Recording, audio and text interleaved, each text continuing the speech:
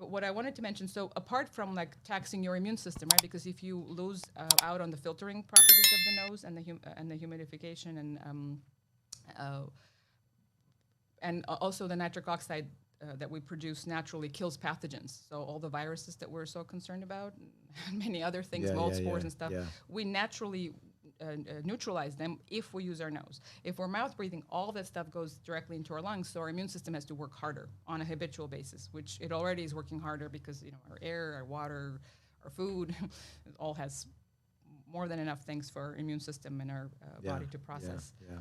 So.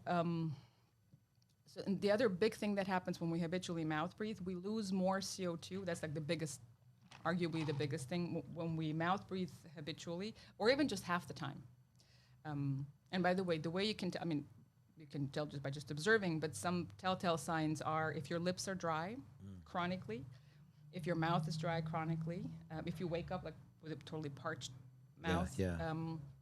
if your tongue is low inside your mouth, and we'll talk about that in a second. That's another like light bulb moment for a And lot it's of like my just patients. the awareness, right? Of yeah, it's crazy. So All that a lot of people who don't think they're mouth again, actually, like the last two athletes I've worked with had no idea. They haven't had the awareness, and that has a profound negative effect on your physical abilities. it's funny you say that about the nose breathing and the mouth breathing, right? And so when sometimes like I do like a little thing, if I feel like maybe I'm a little bit I could be potentially I could get sick, you know.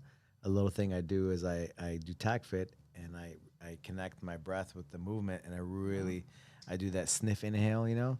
And I move everything and that I don't know how it works, but I know my immune It system works. gets boosted. And guess what? I'm not even I knock it out. Whatever that was my body was fighting. I make sure I Awesome. don't get it. And I can tell there's like another trick you can hum. If you hum, that like, I think it increases your natural nitric oxide production 15 to 16 times. So if you have something about to colonize in your nasal Yeah, yeah, cavities, you yeah. will kill it faster if you like hum for Huh, a couple minutes. interesting. I was So just showing somebody that had vertigo to do the humming, the oculovestibular, like moving your head and then and looking at a hum, point and then humming because that stimulates that cranial nerve 10, yeah, which is a parasympathetic to relax, yes, relaxes yes, your whole yes, the body, your Vegas, whole system, your vagus nerve, everything else.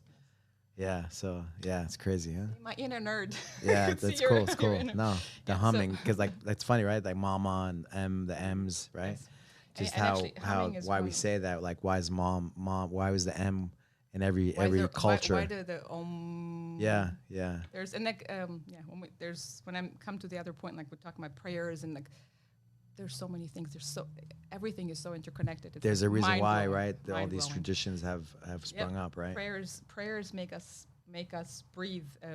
They've actually looked at prayers across different cultures, and as we say them, as people say them, the number of breaths they take slows down, reduces. So, and that has an effect, and we'll talk in a second, like how to quickly induce a parasympathetic dominant state.